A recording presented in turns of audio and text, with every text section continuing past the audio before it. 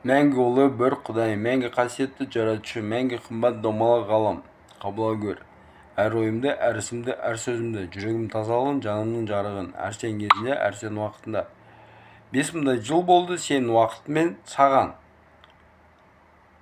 Сонда үш жыл өзіңді жараттың. Бірінші заңдық болды, содан кейін шындық болды, сәуле. Заңдық жарық болды, шындық сәуле болды.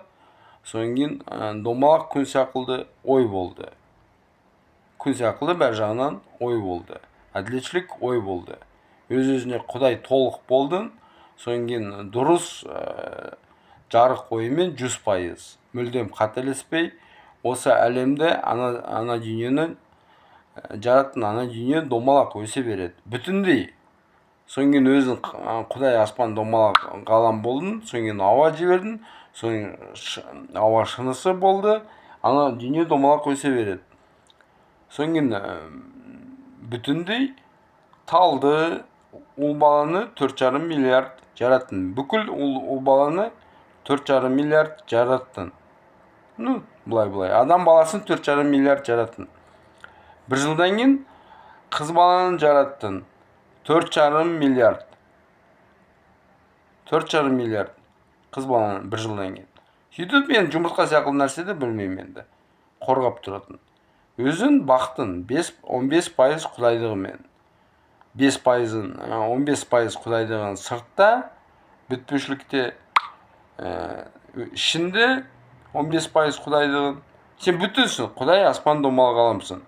Сен осы ауада 15% құдайдығымен. Қазір 15% құдайдығымен Айжан екеуі маған құлаққа сыбырлап тұр. Мен сол екеуінің сөзімен осы сөзді сөйлеп тұрмын. Айжан неме түсінді.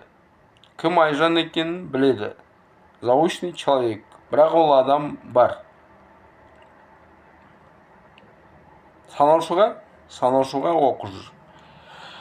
Содан кейін Айжан ақылды қыз 15%-ға сасық болған, қазір 16%-ға өзі үшін, мені сүйген үшін болғанды, өзі болғанды, 100% өзі болғанды, мен неме істеймін.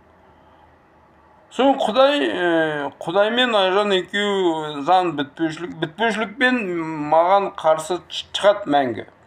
Бітпеушілікпен. Мен Құдайға сүйіну керекпін әр кезде. Құдайға тәубә, Құдайға шүкір, Құдайға рахмет. Мәңгі жаратушы Құдай аспан домалақ ғалам. Ең биік күш 100%. Аумин.